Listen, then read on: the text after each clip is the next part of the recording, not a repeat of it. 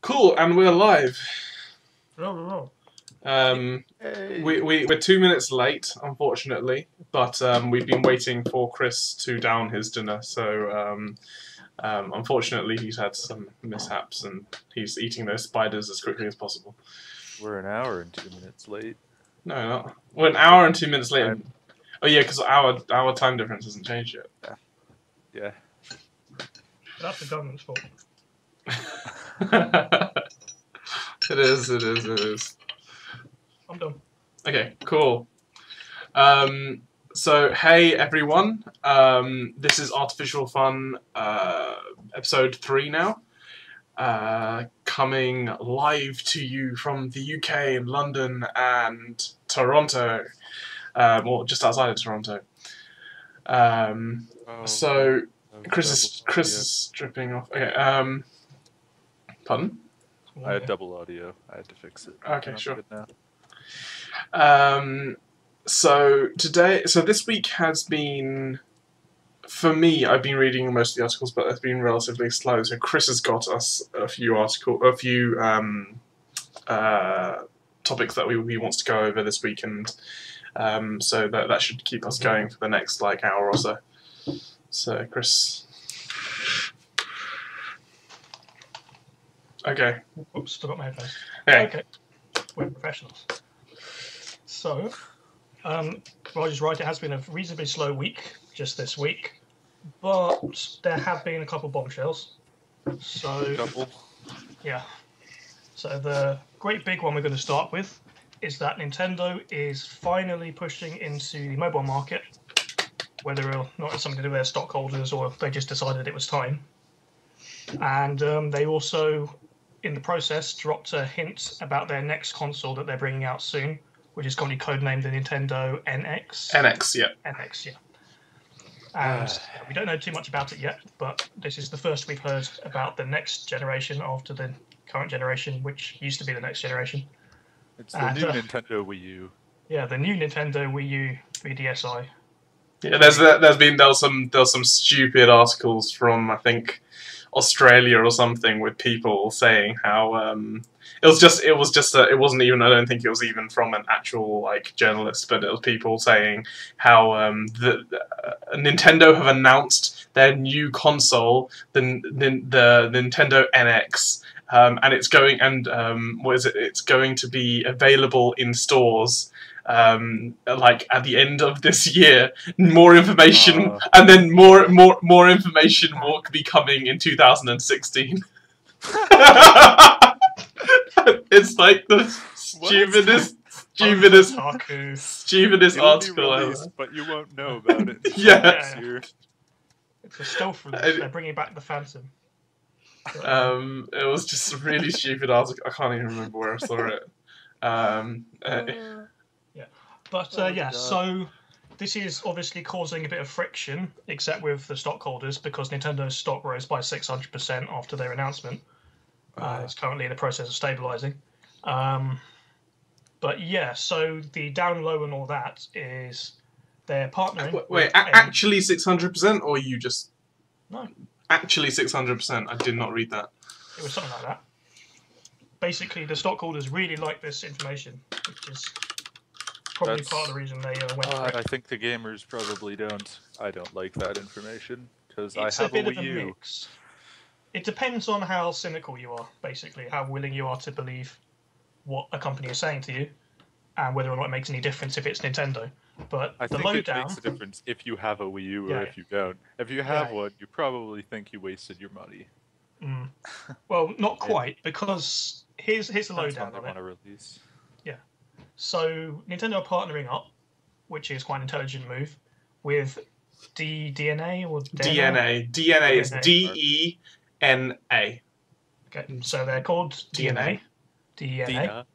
Yeah, and they're not so well known in the West at the moment, but they are an established mobile company with a few hits under their belt, and they are pretty sort of established over in Japan. In Japan, yeah.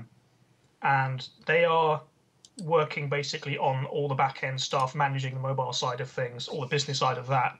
Nintendo's doing the development, but they aren't really doing the business side, which is an intelligent thing because we've seen what happens when Nintendo tries to branch out into areas they're not too experienced in personally. Yeah, Pokemon Shuffle. I can Well, rant. not so much that and well, everything else. I mean, that was a massive rant. I can't remember if we did this last week, but that was a big thing that I was sort of like, you're trying to go into casual gaming and you failed miserably.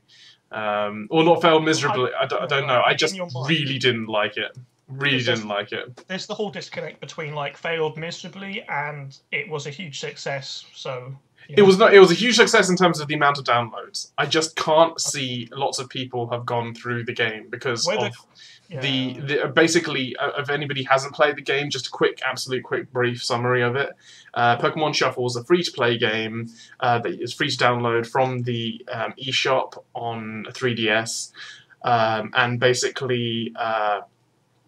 It was a almost like a Candy Crush style or like sort of game where you have to like match Pokemon like faces with each other to attack a Pokemon or whatever and capture Pokemon. But basically, it was just a puzzle Candy Crush style game.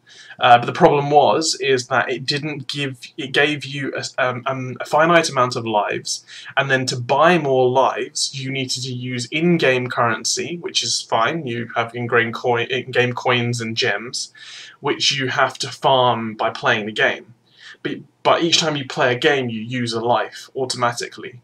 So once you finished the first 4 games, which they give you free 4 lives for, you haven't farmed enough gems and you haven't farmed enough currency. So there's 2 ways that you can get more gems and more currency. You can either go back and do those same levels over and over and over and over again until you have enough to buy more lives, or you actually buy them with real physical money. And that's just a quick overview. So basically, they give you 4 levels to go through, which are very, very short, by the way. They're about 30 seconds to about a minute each. So it doesn't give you a long time to really get invested and involved in the IP. And unfortunately, they just didn't go the right way about it. So if anybody did go ahead and play the whole game, then good for them. They obviously have deep pockets or a lot of time on their hands. But otherwise, it wasn't a great attempt at it. So but it's really interesting to see them going straight into business with DeNA now. I mean, this wasn't their real shift shuffle. That was just a sort of eShop experiment. So we can assume that they were sort of testing the waters, but it's not going to be. It doesn't necessarily have to be indicative of what they're going to do. Yeah, I really hope their business strategy's a bit better on the next thing. Well, that's the reason why they're partnering with DeNA. Yeah, of course. Yeah, I hope their business strategies. There's a few very important points to pass on that Nintendo had mentioned. That obviously a lot of the internet is just reading Nintendo are making apps and going insane, but a lot of them haven't quite read all of the statements that Nintendo actually made. So, first important statement: Nintendo are not. This is all being run by DeNA. They are putting teams onto the development, especially for that, but they are not redirecting any resources from their current game projects or changing their focus from established non-casual, non-mobile gaming. So they are going to still be making as many projects as they are now. They're just going to also make games with separate divisions at the same time for mobile. It's an expansion. Yeah, so unlike Sega or Capcom or Square Enix or any other number of people doing that at the moment, they aren't actually, or according to them, they aren't shifting their focus. They are just adding another branch onto what they do. Another important point that they very specifically said was they aren't going to be porting any current games that they have to mobile and downgrade it or rewrite the controls or remap them. What they're going to do is actually get teams to make completely original games for the mobile space with a focus on actually trying to make those a quality experience. They've also said rather than flooding the market with games, they want to focus on quality over quantity with their releases, and they'll try and offer a good mobile experience and make sure that they don't devalue their IPs, is what they say. Yeah, I think that an important point that we made last week with me, Chris, and actually I think everyone was here last week. But I think an important point that was made was actually, was it made last week or was it just with me and you and Chris? I can't remember. But basically, we were talking. One of us were talking about that there's a very very large distinction between games on consoles and PC and games on handhelds, and again games on mobile devices. And I think that's a big part of going when you go into the mobile realm or handheld or whatever it is, vice versa. There needs to be a distinction on the type of games you make. Things like Deus Ex, I can't remember the Fall, Splinter Cell, didn't they do one as well? They probably did a couple, but you don't hear about them very much. So basically, these games, they tried basically making exactly the same game, ported or created for mobile.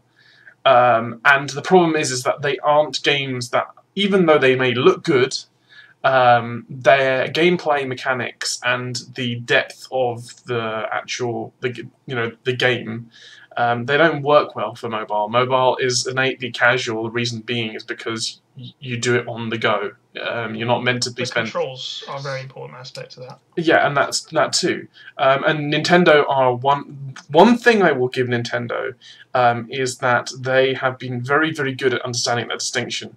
They will not release something like Professor Layton on on their Wii U main console because it's innately very much more a casual game, and it works perfectly in your hand as a 3DS puzzle game. But it wouldn't work so well as a full-blown, console video game, purely because of the length of the game, the style of the game. They just basically they understand that difference, and I think that's going to be something that trips up a lot of people. But I think Nintendo may have that, under wraps. Yeah, I mean, they specifically mentioned that they'd work around like controls. They'd make sure that the franchises they did bring over would be ones that are suited to the mobile space. So, say something like Animal Crossing, that would be a perfectly natural carryover. They already do like paid items, or you could buy items for currency, or buy them from the shop. So that's already implemented, and people don't really mostly have a problem with it, and how they've done it so far. And you could have stuff like Advance Wars, Fire Emblem, if they were handled carefully. Pokemon is very, the input is very light, and it would work really well on a touch screen in terms of movements. And there's plenty of exactly. There's plenty of franchises that they have that would just fit really well without having to have a really cut down Mario or cut down Zelda or anything like that. Yeah. Yep. I feel like there's a huge missed opportunity here to make official emulators, pretty much like Virtual Console. Well, we don't know if they aren't yet. Yeah, but it certainly doesn't sound like they're going to. It would. The only problem with emulators is that they wouldn't be making very much on them. Oh, sure they would. If they do it like Virtual Console. The Virtual Console is run on emulators. What I'm saying is that the idea, I'm guessing the idea of wanting to go to the mobile sector is to be reaching out to those people who don't play Nintendo games. They can do both. That's the thing about it, if they do it right. Because I think people who are already invested in Nintendo will be going to these new games. But people who haven't already heard of Nintendo or haven't gone into Nintendo haven't gone in possibly because their IPs are just not good enough for them, for those people, for those individuals. So that's the reason why they're going into business with DeNA, to make new IPs, to bring new people in. So bringing out emulators wouldn't be in a business strategy sense, not in terms of people liking it and buying it. I'm talking about in terms of putting money in to get money out. Business-wise, it makes less sense to do it that way, because you aren't you're not. That's not the target audience. Your target audience is a completely different audience now. I'd say it's a different audience, but it's still a very large audience. The But- amount of people that actually use emulators on mobile.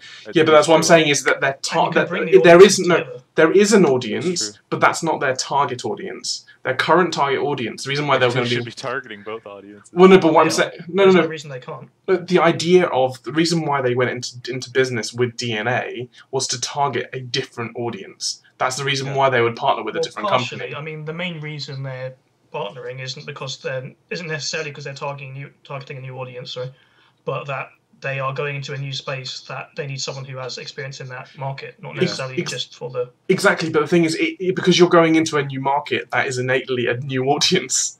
That's what I'm saying. Is that you have Well, yeah, but it doesn't mean there's no overlap or that you can't focus partially on bringing in the older people as well, because a lot of the current casual market are people who would have moved on from the Wii or maybe the DS, or who would have played a Game Boy at some point in their lives, and that is a market shift. And there's no reason they can't do the same thing in the other direction.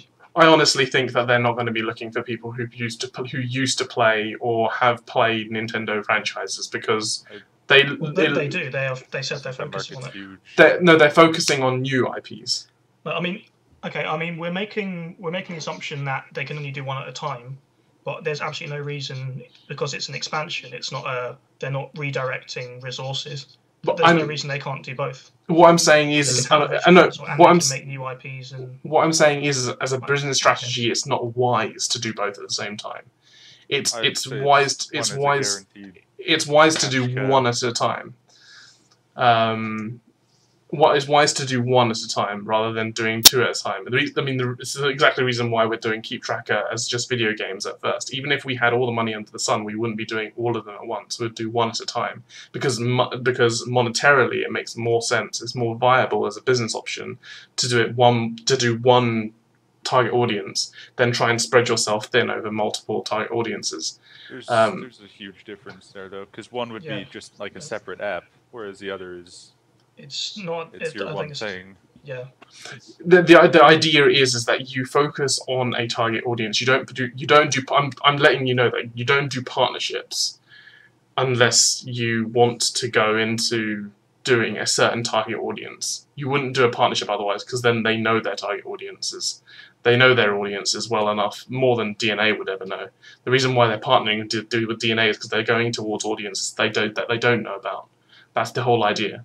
You wouldn't do it otherwise it loses you money. So that's what I'm trying to say. No, we both agree. It's Yeah. just there's no reason they can't do both. Yeah, Really? at some point in the future. But what I'm saying is their current future. They haven't done it yet. Yeah, I know, but what I'm saying is their current focus will be with just DeNA. It won't be with Nintendo IPs. It will be collaborative IPs. That will be their main focus. They're bringing over for a IPs. while. No, they're bringing over IPs. Games. That's what they said. That's the problem. Is a lot of people haven't been. Yeah, they haven't. A lot of people haven't been reading carefully through the statements they've been putting out and the press releases they've been putting out. They are making some new IPs. They're also using their old IPs. Their old IPs are one of the most important things they can use, because even people who do not play like Nintendo games or have a Nintendo console know who Donkey Kong is. They know who Mario is. They know what Pokemon are. And these are the people who will buy this if they see it pop up in the App Store. Sure.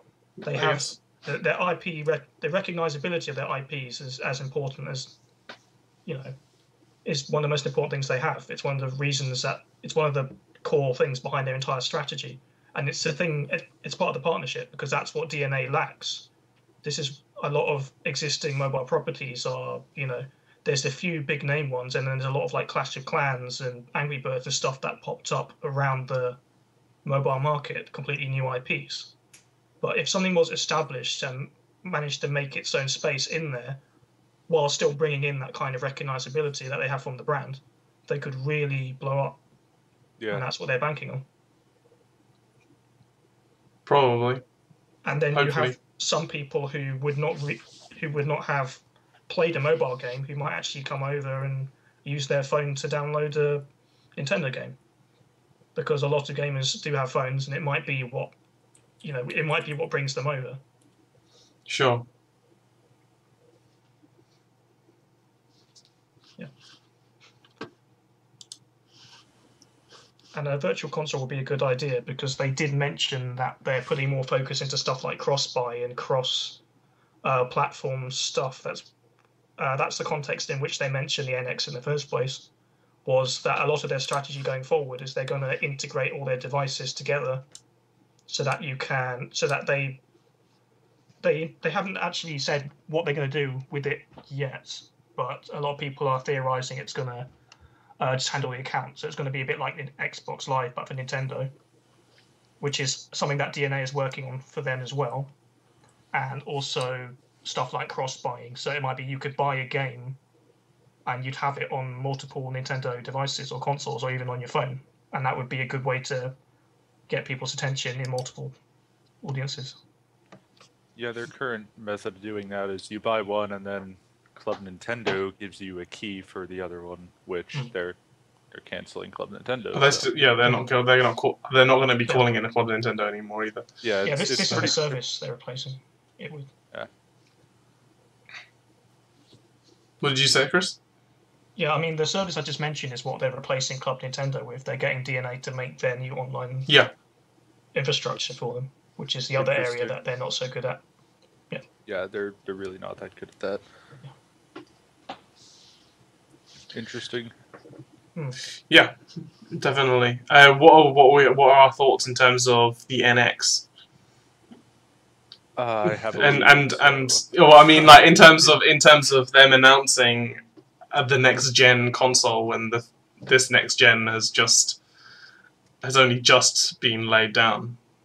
I know they did this with the Wii. Exactly. So well, not really. The Wii had been out for quite a while. No, but when they first announced the Wii really early.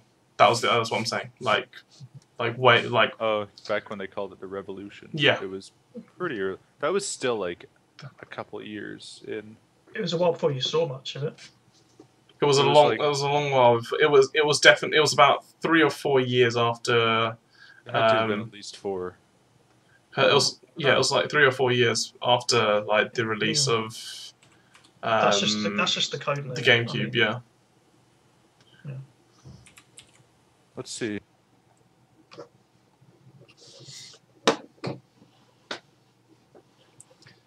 But yeah, no, it's definitely early. Unless they are thinking about coming in even earlier with a new next gen console, which I mean, with the sales of the Wii U, I mean, I wouldn't be. Although that's a point. They didn't react like that with the Virtual Boy. There's one thing that loads of people have said about Nintendo is that because they've been around for so long, they've learnt a lot about their space. They know their space. They may have made lots and lots of mistakes, but the one thing they've always done, and they've made sure they didn't do, I know that Sega did it, was basically every single time they have made a mistake, they haven't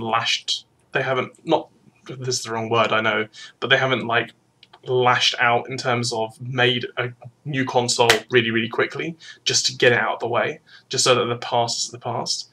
They've stuck with every single console they've made and made sure that everything has had a runtime. Whereas I think that's like Sega, every single time something was going wrong with it or their sales were reduced, getting smaller and smaller, they'd bring out another iteration of another console, and people just started getting bored of it. I think the Dreamcast was the final one. I wasn't bored of it. It says it never found an audience. To an even worse extent than the. Well, the thing is that it bought, as in the industry was bored of it, as in they had seen so many different consoles from Sega. Because every single time Sega screwed up, they made a new console instead of actually trying to improve on the console and bring out games on the console. They just screwed up and then just made a new one. Whereas every single time Nintendo, which hasn't been many times, but every single time Nintendo has brought a console out, they've made sure it has a full runtime. They haven't just quickly put something out. So the Wii U's. That's why we have generations. They sort of keep everything in line, and they give you a baseline for competition. The thing with bringing a new one out is it completely breaks trust with customers. Yeah. Like that too. You invest in your console expecting it to be good for like 6 years, and then a few years down the road, they're like, no, we're gonna make a new one. I don't know. Yeah, it definitely doesn't keep trust. The turnover rate's a lot higher with mobile, so I don't know if they want to maybe do something like that with like how they did with the new 3DS. Mm-hmm. It could honestly be an iteration like that. Do we know the sales on the new 3DS? Has it been doing well? I have no idea. I haven't actually been keeping up with that. It's been doing decently. Okay. I think it did pretty well because a lot of people got it with Majora's Mask, and as last I saw, Majora's Mask was the highest grossing for the last month. Yeah, it's doing pretty well for itself. There's been very few games that I buy on release, but Majora's Mask was a game that I pre-ordered because I knew it would be going. And also, something I've noticed is the Zelda franchise of games. They limit the amount of cartridges that they actually put out into the market. So soon after, like, I recently bought Ocarina of Time 3D, which obviously has been out for a long time now. But you can find those going for like £50, like probably about $60, $70 online. When before they were only like $30, $40, £30. So it's quite funny how quickly they ramp up in price. Some games have a limited run.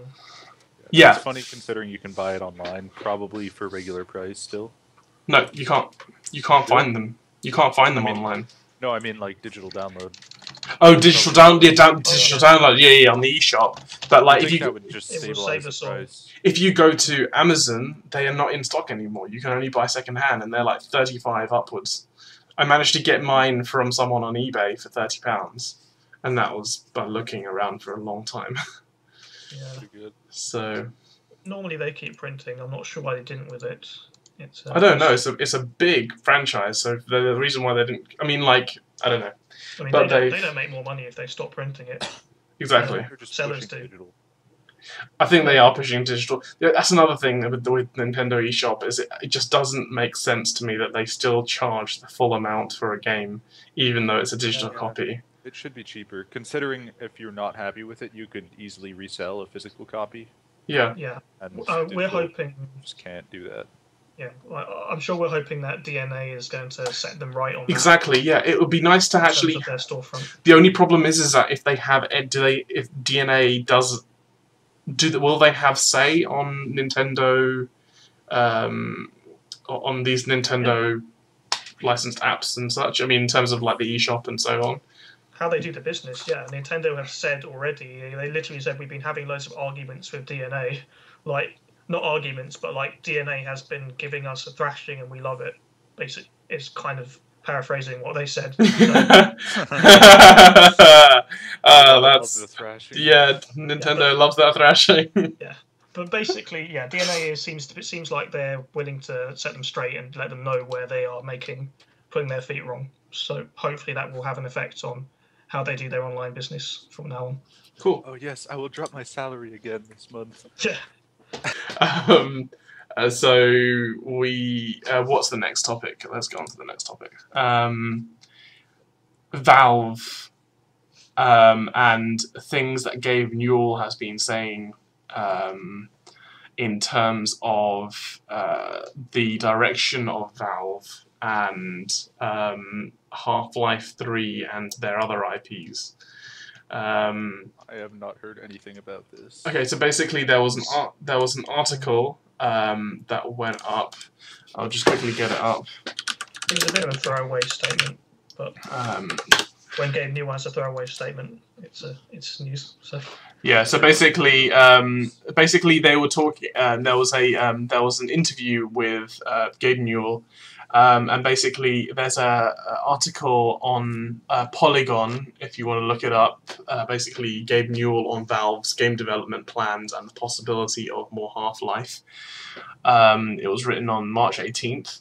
And basically, the final statement, which I think was the most important, was basically saying but if you want to do another Half-Life game and you want to ignore everything we've learned in shipping Portal 2 and in shipping all the updates on the multiplayer side, that seems like a bad choice.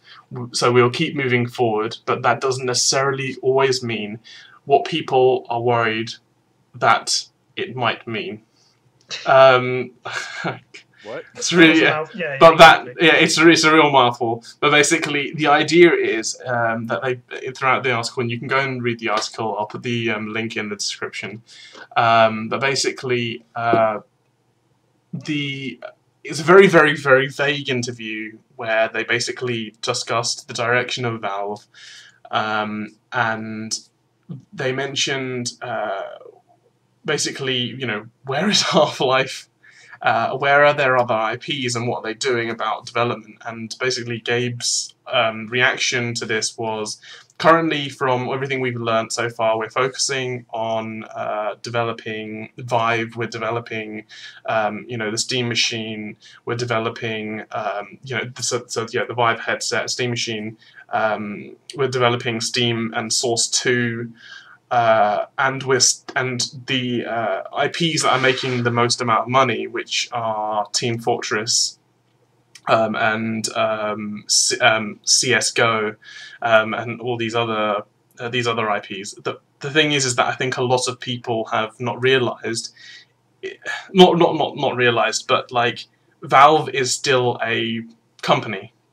They're still a business that need to make money, and I think a lot of people are still getting kind of upset about the whole them not releasing or even announcing games like Half-Life and so on and so forth.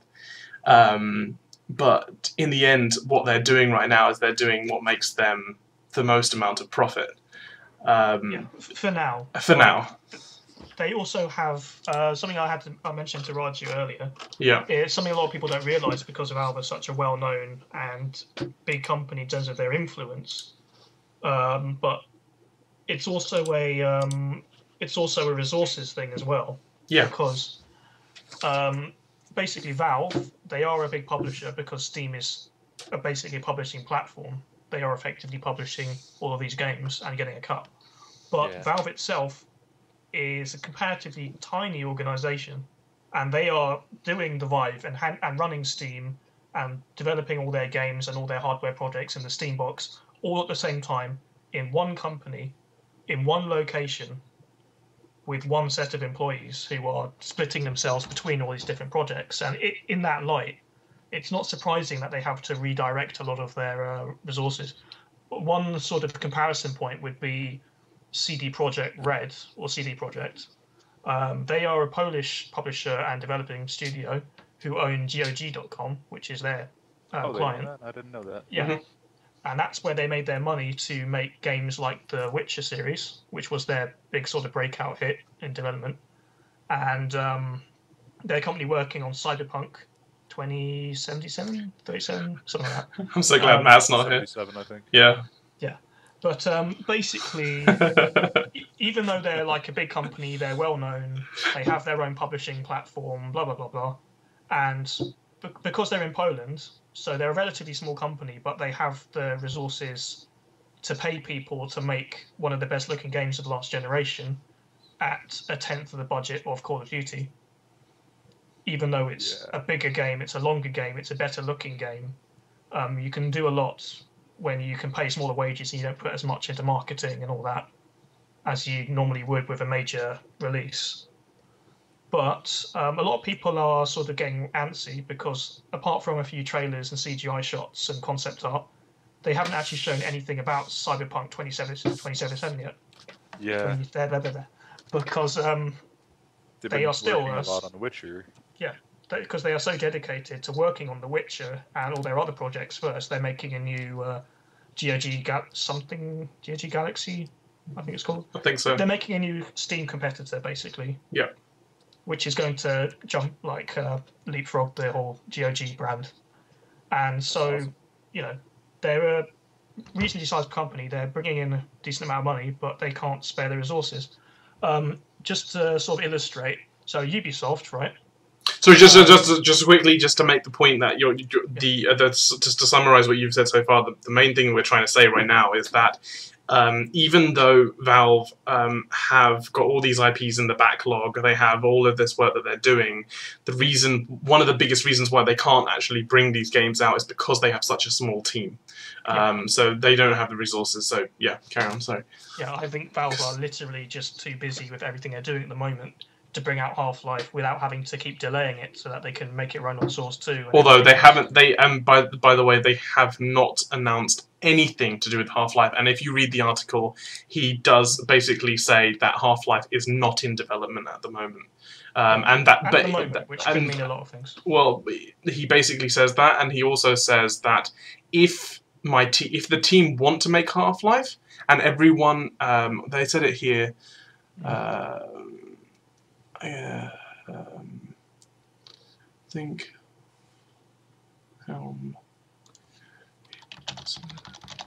yeah, the only reason we would go back and do a super classic kind of product is is if a whole bunch of people just internally at Valve said that they wanted to do it and had a reasonable explanation for why they did. And he was saying that in regards to Half-Life 3. And so it basically is a mention of that. I mean, we know this from experience that Valve care a lot about Half-Life and care a lot about these games. Like, got them where they are. But like the one thing that they do keep in mind is that they are a small company. Still, even though they are a multi-billion-dollar company, there's a small amount of resources, and like Gabe Newell said, is that they would want to do something like this, but they are not going to do it until there is basically demand. It's the right environment. Yeah, well, it's not even demand. It's just as everyone knows about Valve, they create demand. They won't do it. Yeah. Well, no. Demand is demand from their internally. That's what I mean. Because we know Valve, they don't do anything until they're ready, ever.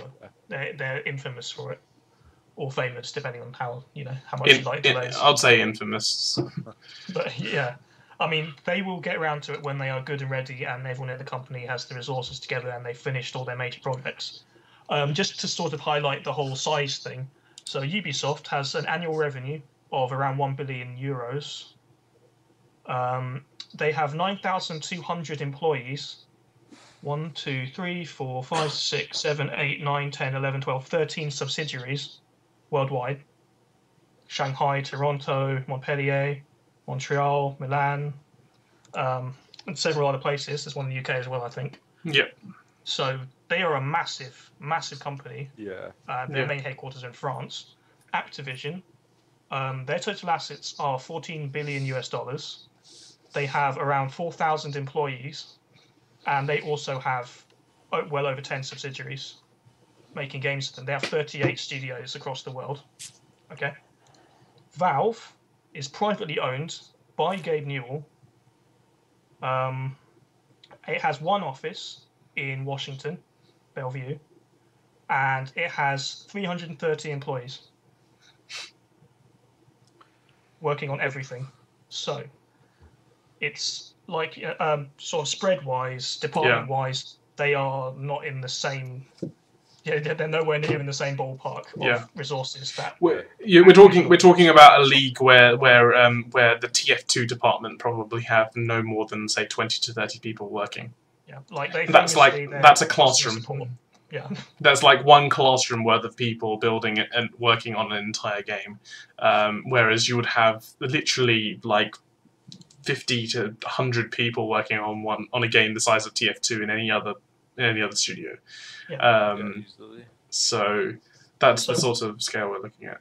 Yeah. So when you bear in mind that they all work in one building, in one place, it's not too surprising that they have to be very careful with, and they had to take a bit of time with how they focus on each project that they want to do.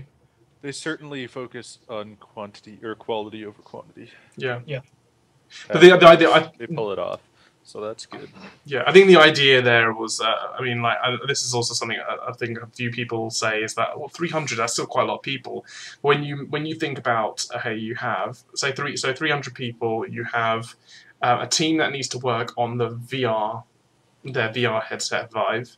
So Yeah. that's going to be at least, say, 30 people, 30, 40 people.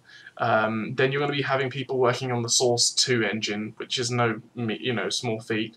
Then you're going to be having people working on Dota 2, keeping that going. People working on Team Fortress 2, keeping that going.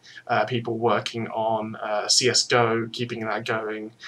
People working on any new IPs, keeping that going. Steam, keeping that going. That is a lot. To Steam alone, Pretty sure you would they're be doing. surprised if 300 Yeah. people were working. So we're already up to about 10 things. Pretty sure they're And- developing like Left 4 Dead 3 along with. Yeah, Source and 2, they're making new stuff as well. They haven't announced anything. They haven't about that. actually announced anything, but Yeah, Pretty much guaranteed.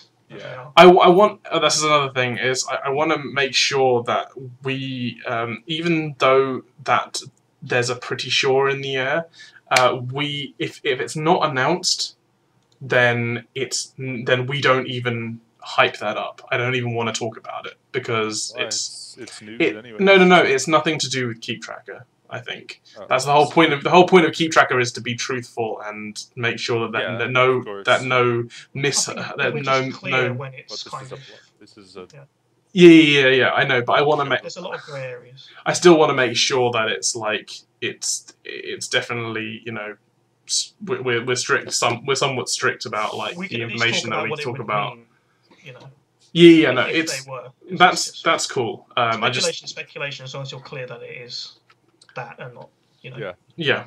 Just so long as we're clear that it's speculation, because I don't want people thinking that Left 4 Dead 3 shit.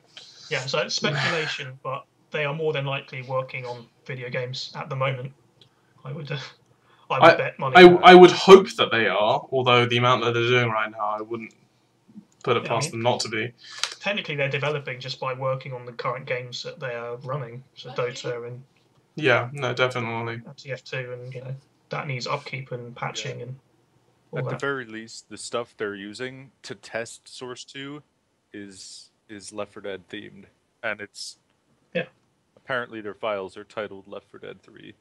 Yeah, but I mean they haven't made an official statement on that, so that's all just based on leaked documents apparently. Yeah. So take with a grain of salt. Yeah, they're doing something. If they're pushing Vive, they must have some sort of thing ready for that. Yeah, all I want to say, all I will keep on using as an example will be Star Wars 1313. Hey. Because that will always be my example. Because the thing is that they had didn't even just have screenshots. They had like full on they had set pieces and stuff. Yeah, a lot of games build set pieces, especially. What I'm saying is that they had a lot of hype about it, and then it just disappeared. So no one really could have predicted that, though. Yeah, that was an unfortunate sort of a. So their things shut down. Like when THQ shut down, they must have cancelled tons of high budget projects. I know. I was so looking forward to Darksiders 3. Yeah. That's just one of them.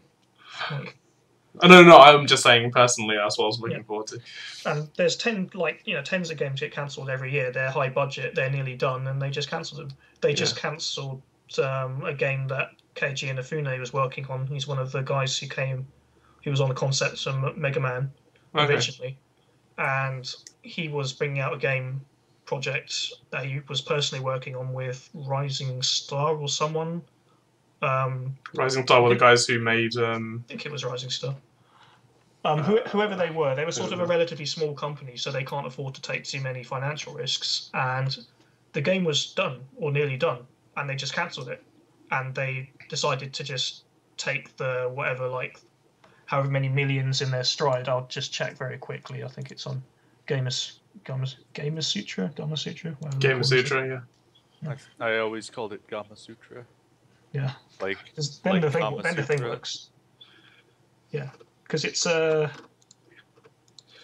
pun. Where is it? It's definitely a pun. Well, it only works if you pronounce it that way. Let's find it. So it was called something King of Pirates. It's about a little penguin. It looked pretty cute. Where is it? I don't know.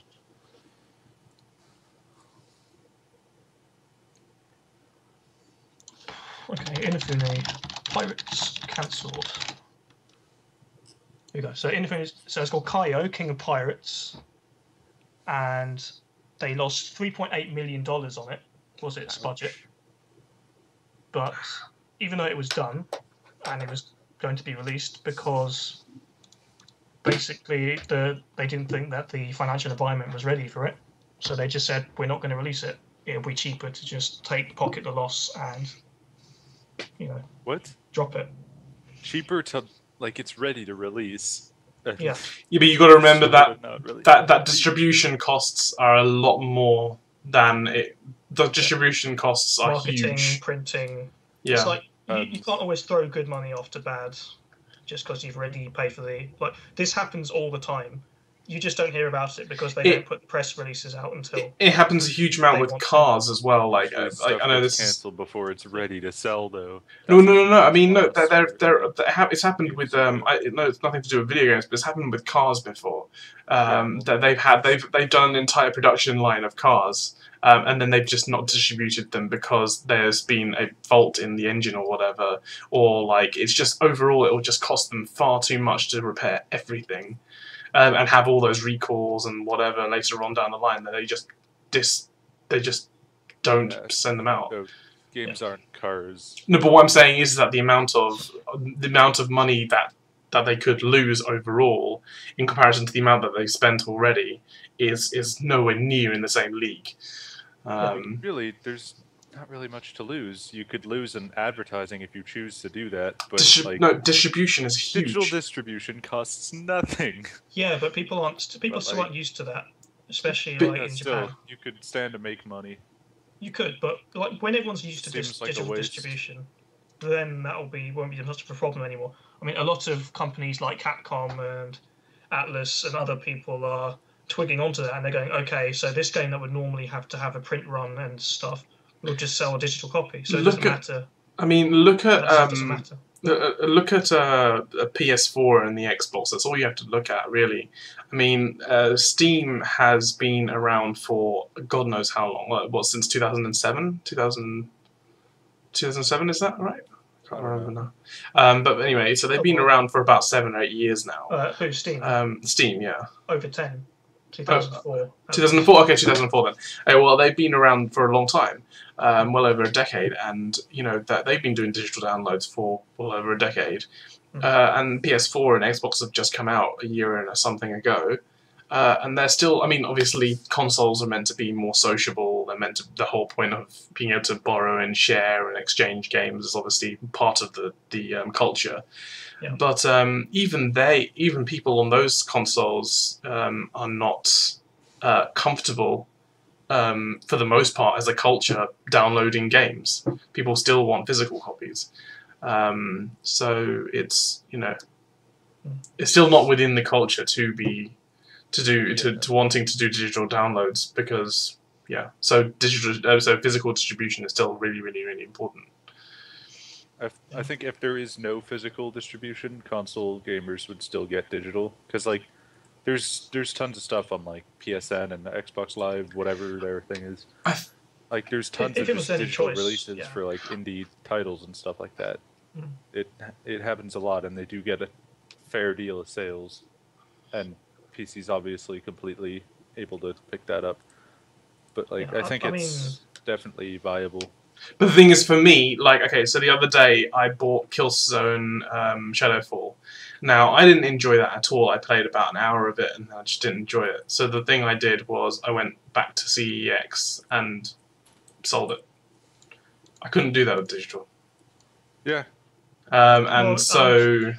Technically, they're working on something where you can, on Steam at least. Yeah. Possibly other services. Because there's some laws, especially in the EU, that are tied up there, where that option has to be available if you bought something, as in it's in the actual law. So, but the problem with that though is that most of the time these laws, I haven't looked into it too much, but I can almost guarantee that most of the time these laws are based on physical abuse or physical degradation or breakages. Well, no. It's just based on the whole. If you buy something, you can return it or you can resell it. But then, but what's your trying to say EU consumer right? Okay, sure, but I'm guessing that there will have to be some sort of standards on like how long have you been playing it for, how many times have you opened it, or have you opened it at all? So if you've bought a game like Limbo and you've only played 5 minutes of it, well, we're not just talking about selling it back to the people who made it. It's just like selling it like on eBay or something. CEX, they don't care how old the game is. If it works, it has a box, then... Oh, I thought you were talking about refunds as well. I thought you were... As well, like... Okay, sure. Just basically, if you buy something you don't want it, you can sell it on or get rid of it. I mean, I would love to. I've got 184 games in my library. If I could sell them each for like £1, I'd be happy. Yeah. At the moment, there's no option to do that, and in the EU, that's actually not technically legal. They do but have some it's a very new area. They have some kind of family sharing thing, don't they? That's one of their options to... That's one of their... I think that's their step in that direction. Isn't that the thing that they did with Big Screen? Not just Big Screen. It released around then. That's what I'm saying, it released around the time that they brought out Big Screen. It's possibly so that you can share an account with someone who can play downstairs, and then you can play on your PC like normal. I think so. I think that's sort of like safe account sharing. Or if you have like a family account, I think that's the idea. That kids can play the game or something. Yeah, because I used to share my Steam account with my brothers, and Roger used to share the Steam account with them. Oh yeah, I remember that. That was a long time ago. Because it's just like they have TF2, we don't. So, and as long as you log into Steam on a computer, you can play all the games in the library. So, if you lend your game to someone, you probably can't get away with that anymore because they started cutting down on that because of like hacking and all that. Yeah. Well, no, they were doing a lot of things where you had to make sure you got a code to your email address to say you've logged on to a different device. So that was a big one. Do that, though. Like you could still kind of do that, but Yeah. I mean, that's sort of an ongoing disagreement Valve is having with the EU, and it's probably going to come up again next time they bring it up. Talking about games that you may want to play but haven't been able to play, and you wanted to play remastered games. There you go, segue. Yeah, we're talking about games we don't want to play. You want to get rid of. About games you want to get rid of. Have you got a Wars coming up? No, just kidding. Oh, snap. It's not actually a new God of War. It's God of War 3 remastered. Yeah. It's been announced for the PS4. And we were kind of expecting, I think most people. I think they're making a brand new, I thought they were making. They're making a brand new one as well. Yeah, they are. We haven't seen it, but it wouldn't be with the original studio, possibly. But the thing that me and Chris wanted to talk about was because we haven't talked to Cameron about any of these. Thanks, guys. Yeah, sorry. We put the topics down on the Slack, but we'll make a nice little set list next time. Like we did before. Yeah, okay. Well, I think during the week what I'm going to do is I'm going to set up a Slack for us to discuss. Yeah, we should make a podcast Slack. Yeah, I'll do that. Slack is great, guys. You should download it. Yeah, we're not endorsed by Slack. We just use it all the time. Yeah. Just to let you guys know. It's big for a reason. So, but yeah, no. So we basically wanted to find out what sort of games have you thought that you wanted to get remastered or re-released or have a sequel to, like a spiritual or not. I mean, and bearing in mind that if you want something remastered, it has to be mastered in the first place. So, especially since only one console this generation even has. So Gamelon remastered. Huh? Wand of Gamelon remastered. Yeah. Yeah. High resolution animations. Yes. They'll just put a filter down on them. They'll just put that SNES filter down. You know the one. Yeah. I just want every Atari game remastered. Just put smoothing filters on everything. Yeah, people love those. They always look so good. Sorry, go on. So I was just gonna say. So let's just say Cameron first of all. Like, what sort of games that I wanted remastered? Yeah. Majora's Mask 3. Well, I was less most people happy with liked that it. than I should have been. Yeah, I was less happy than that with that than I would have liked to be. But that's just because of the changes they made. I guess I don't know. I like how it was, and then it's not how it was. Yeah, sure. that's always the problem with, because Majora's Mask 3D isn't so much a remastering; it's more of a straight up remake. Like they literally remade the game. It's just I just don't like some of the silly changes they made. Although the game itself is good, like it's still Majora's Mask, and if you haven't played it, then you definitely should, because it's a fantastic game either way. I just think the original version ended up being better. Yeah. In my personal opinion, some of the silly changes they made. But yeah, other games that should have been remastered. I don't know. I just want sequels to things. Well, anything from last gen you think would have been improved if it had better graphics, or was on a bigger system, or could run a bit better, run smoothly? Because there are quite a few games last gen that sort of overreached themselves a bit. And they could have been. Wind Waker looked pretty damn beautiful remastered. Even if it was just like, they didn't really change much. They just made it 1080p, and that alone would have been a great. Yeah. Honestly, a game that should have been remastered that was just not how it should have been, or two games that me and Chris have discussed a lot in the past. Rome Total War 1 shouldn't have been made into Rome Total War 2. They should have just remastered it. And Thief shouldn't have been made into a new game. They should have just remastered it. Yeah, if they just made the old ones, they'd be more like if they had made the if they had just put like Dishonored graphics onto the original Thief, I think everyone would have probably just been like, "Yeah, guys, awesome job." A Thief game than Thief. Yeah, which is saying, like Thief. Which is That's sad. Not right. A game that I would love to see. I don't know if anybody remembers this, and this is hailing way back into the early 90s. Let me guess. Yeah, which was an MS-DOS game. It was Fury 3. Yeah. Fury 3 was the shit. Coming to Xbox One near you. It was a MS-DOS game. MS-DOS game. It was a flight simulator vehicle attack game where you play first person. Come on, guys! It was such a good game. It was such no. We're saying it's a good game. I'm just saying like Microsoft cancelled the Flight Simulator series. I remember having a Flight Simulator. Yeah, so I remember having Flight Simulators. Weren't it seems really like they might be moving away from that kind of direction. I remember in 2001 or 2002, my dad got me a Flight Simulator game for our computer, and I had a joystick, and I was playing that for I would play that hours on end, trying to learn to land is the most irritating and frustrating thing you will ever do in your life. Try using a £10. I think it was like a 10 or 20-pound joystick, and I'm not talking about weight. I'm talking about like price. So it's probably like a $30 joystick. So really, really crappy joystick. Back in 2000, and playing a flight simulator game that had no resemblance to a flight simulator from like today's world. It was awful.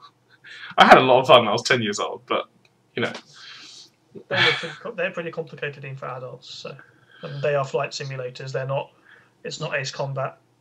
Yeah, no, that's true. Yeah, you have to like look at all the dials and make sure your horizon line is centered and leveled, and make sure it's you're not War Thunder, you don't just point and shoot. You have no to. Shooting at all, you have to remember. You have to remember like to tilt your back tail slightly down in the right angle, so you can put the back wheels down first. And it's just I crashed every time. It's hard. It is. But yeah, Fury 3 and Crash Bandicoot. Yes. Crash That's Bandicoot. never gonna happen. No, I know. I said to Chris one day, if I ever have enough money, I will go to Activision's headquarters, I will slam down a box of cash and tell them to give me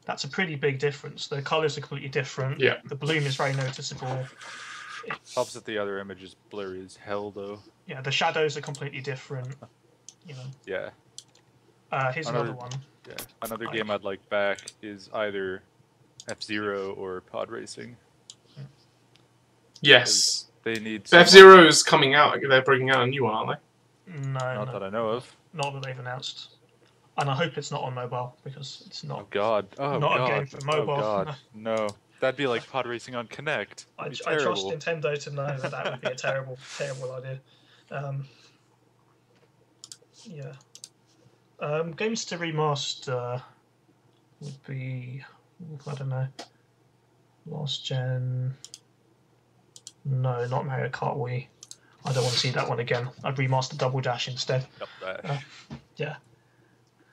See, stuff that needed better hardware. Oh, one thing I'd remaster, and this isn't even like making it look HD, but I would have delayed Okamiden until it could go on the 3DS, because that game suffered horribly for being squeezed onto DS hardware, and it was still really impressive and had really good music and all sorts of stuff. Like the soundtrack is amazing, just like it is for the first game, but they had to compromise so much to fit it onto that. That's a game. They could have tied the whole world together, had cut down the loading times, had the really cool art style, but it would still look good on a 3DS level hardware.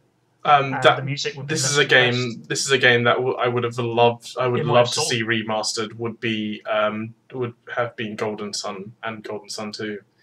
Those games being remastered would be insane.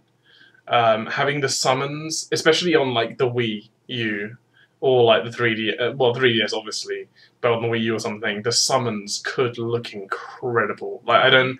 That would be more of a remake. Like when you talk about remastering, it's more like running it on better hardware with better textures. Yeah, that's what I'm saying. With better textures, I don't mind having the same thing. It doesn't have textures; it's all sprites. Okay, but I'm sort of what I'm trying to say is that like it would have been cool if you could then maybe not remaster, but then a remake of I guess you could like redraw the sprites in 2D and have the game be like 2D.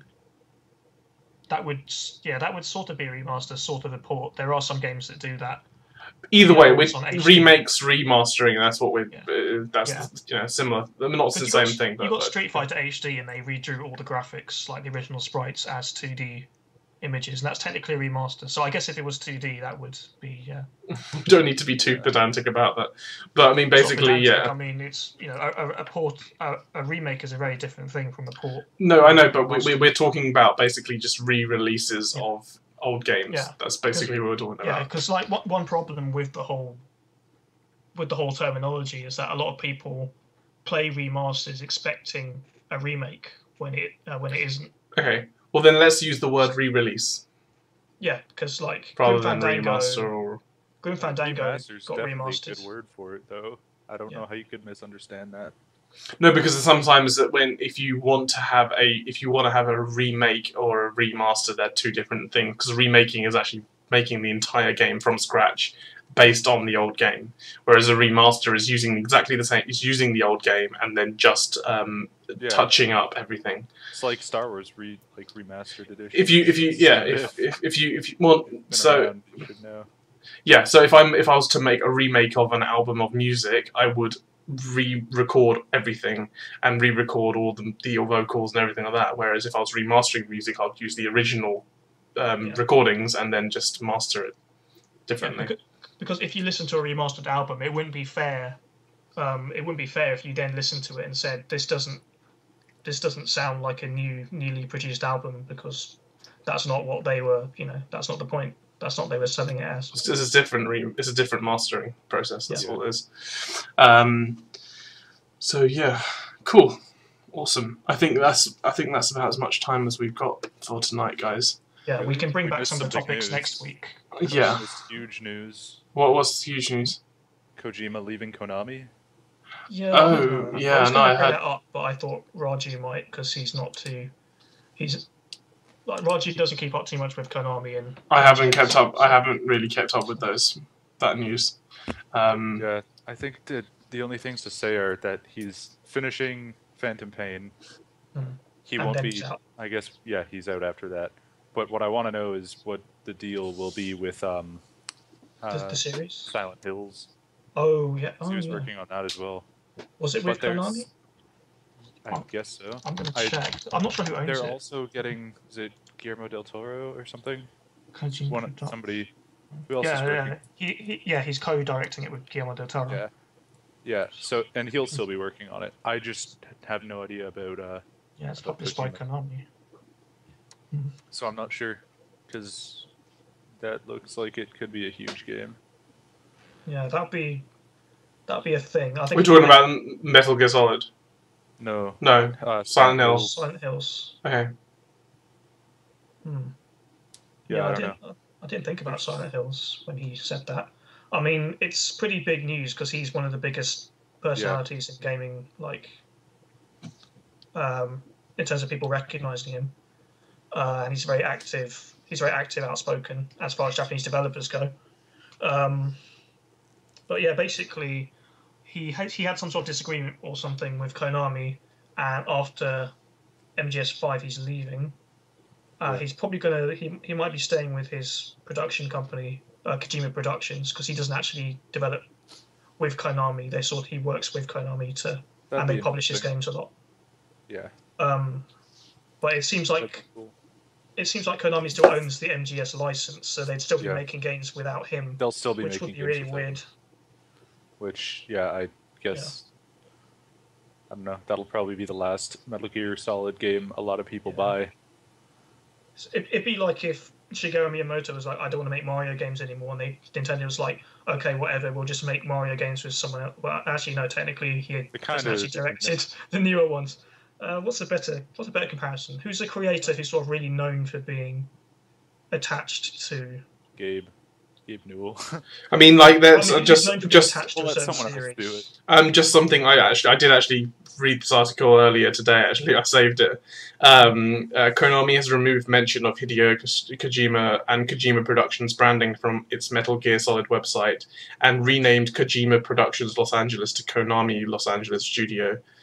The removal of Kojima's name and an announcement of new executive positions at the company have led to speculation about Kojima's employment at Konami. Kojima's exact level of involvement is still unknown. In a statement issued to Videogamer.com, a spokesperson said Konami Digital Entertainment, including Mr. Kojima, will continue to develop and support Metal Gear products. Please look forward to future announcements. But yeah, at least I know he's finishing Phantom Pain. Yeah, he is. And apart from that, I don't know if he'll stick with whatever development team he's had, or if he'll go to someone else. This is something though. The Kojima Productions website now redirects its Konami's Metal Gear Portal site. On Konami's website, logos for Kojima Productions and tags for Hideo Kojima game have been removed from promotional materials for Metal Gear Solid 5: The Phantom Pain. So he is no longer in any promotional material at all now. So that's weird. Yeah. Yeah. Just so you know, he didn't make Metal Gear. He didn't make Revengeance, so he had nothing to do with that. So. You're gonna keep on going on. So he's still not tainted. Yeah, he's fine. He's a cool guy. Just to give you some context, I played Revengeance. I got stuck in a certain part. I restarted the entire game, got stuck in the same part again, restarted the game again, and then got stuck in the same part again, and then have since given up completely because it infuriates me beyond all belief. I am a good gamer, and I have said this multiple times. But that is the only time in the history of playing video games over the last 20 years of playing video games that this has happened to me, and so I have just like said, you know what, this is my first and last time I'm playing a Metal Gear Solid game, but I'm probably going to be playing other Metal Gear Solid games. So a Metal Gear Rising game, because there'll probably be another one. Yeah, Solid games very, very different. Not a Metal Gear Rising. Are we playing a Metal Gear Solid? Yeah. It's more like Splinter Cell. The fifth one's looking really interesting, and you can own a puppy, and cool. That's all you need to know, really. So cool. I think I'm gonna call it there. Thank you for you guys for watching and joining us. if you like this video, you know, hit the like button. If you disliked it, hit the dislike button. Please leave a comment down below. You can visit us on keeptracker.com. To get all of your video game release dates and to discover video games. I'm going to actually try and put some effort into the description this time and put some stuff down there. I've said that before, but I'm going to try my best to do it this time because I just keep on running out of time doing all those things. Matt will be back with us hopefully next week. So you can all stop like hammering at our door for his return. Yeah. Matt. Boycott artificial fun. Yeah, exactly. Chris is going to be working on a logo this week. I think we said that last week, but he is going to work on a logo this week. I'm going to work on a logo this week. We're going to put that in the centre. Keeps slipping my mind. Yeah, and we'll try and prepare a little bit more next week, so we have something a little bit more solid. And I'm not such an idiot. Cool. So thank you guys for watching, and we'll see you guys later. See ya. See you guys.